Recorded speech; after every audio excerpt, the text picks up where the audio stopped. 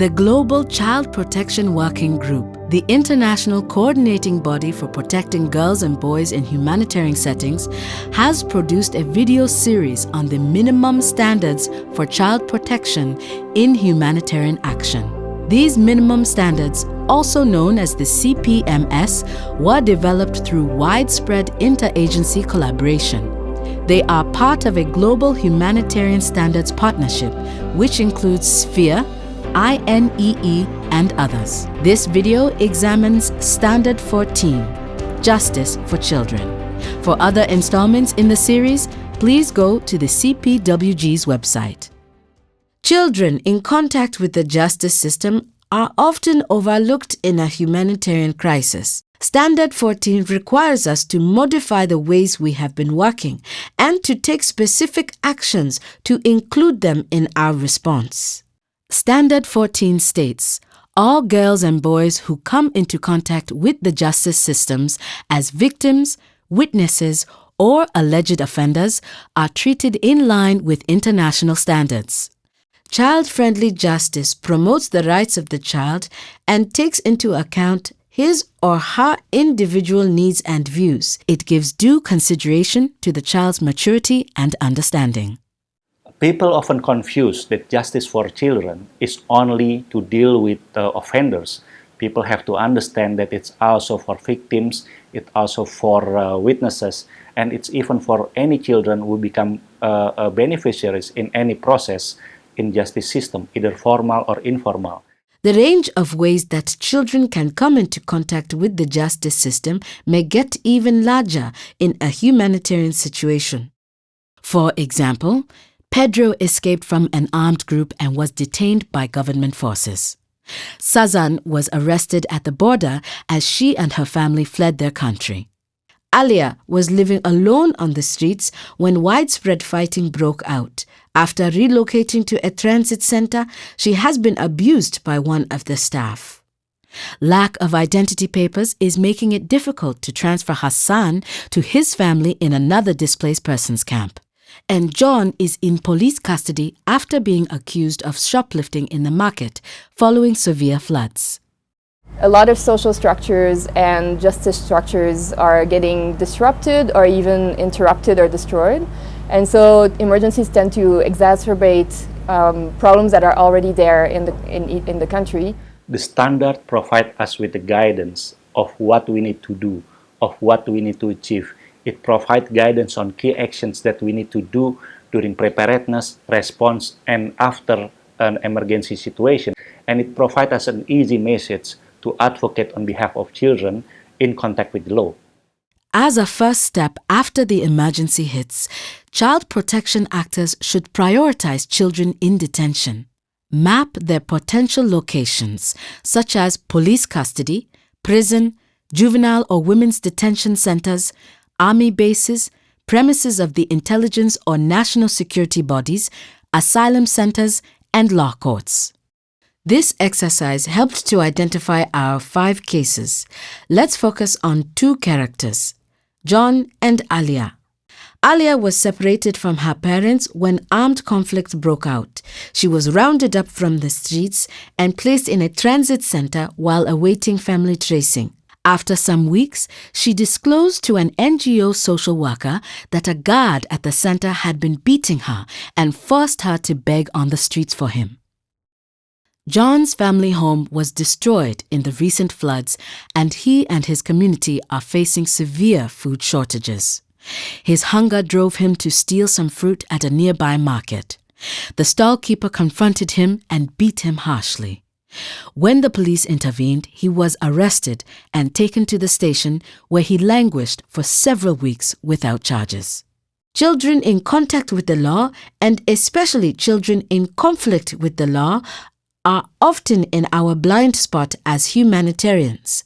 Armed conflict and disasters can change the relationship between children and the justice system, increasing their victimization and neglect. Therefore, it is important for us to consider them in assessments and program design from the first days of an emergency.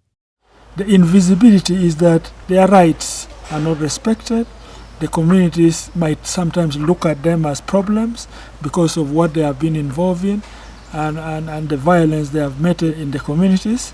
And therefore, because of that, it can easily happen that once they are detained by the security forces, really nobody looks for them. Different actors have different mandates to protect children in contact with the law in a humanitarian setting. These include formal government officials, customary law and community actors, child protection workers, as well as ICRC and specialists from other sectors. Emergencies create space for so many actors to intervene, and so it becomes crucial to coordinate and work together in order not to duplicate efforts or to even have goals that are a bit contradictory to one another. It is important to remember that mitigating the risk of children to be in contact with the law is not only the responsibility of agencies working on child protections, those agencies working on health, on education, on income generations can mitigate the risk. Families who receive support for livelihood and support from education sector can mitigate the risk of children going to streets and commit crime or even joining armed forces. Alia's story provides a clear example of the need to coordinate. After discussing matters with the girl and informing her about her rights and legal options, the NGO worker needed to coordinate with the transit center management, police, prosecution, and health services. Often, we need to involve actors in both the customary and formal justice systems. We have to work in both in parallel because they are complement each other. We can't work for formal alone or for informal alone. According to us, we have to advocate to implement the juvenile justice system. At the same time, we have to take in consideration the informal or the customary justice that's in place according to the community. Contact with the law can lead to a range of problems, such as beatings, torture, and sexual assault, prolonged separation from family, hunger and physical hardships, and psychological abuse. An emergency adds stress to the system and increases children's vulnerability, particularly to arbitrary detention. Thus, it is important to act with urgency and to systematically include children in contact with the law in our humanitarian interventions. Having effective standard operating procedures enables us to quickly induct new people so that they have a reference of what happens, what to do, who to ask for what, and where to go if you are in need of any information. So having the standard operating procedures helps us to coordinate with all the actors and therefore help to quickly resolve issues, because in this kind of context, it might be life-threatening. We really do not have the privilege of time. Activities should be prioritized according to the girls' and boys' situations and needs. After you have mapped their potential locations, your initial steps might include registering the children and ensuring their status is both clear and understood by the authorities, ensuring their security and safety by monitoring their day-to-day situation, and making sure they have access to basic services. You would follow up with ensuring contact with next of kin, sharing in a child-friendly manner any objective information on what is happening, alerting the different authorities to the children's situation, training officials on the principles of child-friendly justice, and providing psychosocial support. We try to work on a very important aspect, which is the psychosocial aspect and the psychological component. We do provide these children with psychosocial support sessions through playing and games, and also psychological support on individual basis and also in group therapy. When the worker documented John's case, he realized that the boy needed a range of help. He ensured that John had access to clean water and food and was in touch with his parents. Throughout it all, he advocated for the boy's release and a speedy settlement of his case without further detention. It is important to build an up-to-date analysis of children's legal situations, such as changes in their legal status, arbitrary detention, length of time and treatment in police custody, access to legal advice, and victims' access to justice. This can be done by pairing the information of individual cases with statistics and other data from all actors. Data is important for effective and targeted programming, especially in an emergency.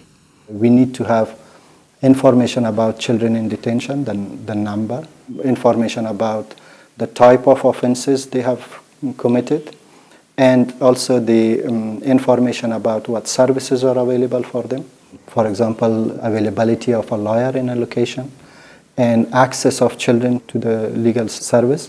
When there is proper preparedness and response, emergencies can actually provide opportunities to strengthen the justice system. In post-conflict and post-tsunami Aceh, for example, agencies working on child protection facilitate the establishment of specialist unit for child protection at police officers were trained. New procedures in handling children in contact with the law were tested and piloted in many districts. The collaborations between police, prosecutors, judges, as well as social workers were strengthened, ensuring that children are not being stigmatized during the process of handling the cases. The key actions laid out in Standard 14 can help John, Alia, and children like them because the minimum standards apply across the humanitarian spectrum: protracted crisis, sudden onset conflict or natural disaster, and recovery. They are your first tool for action.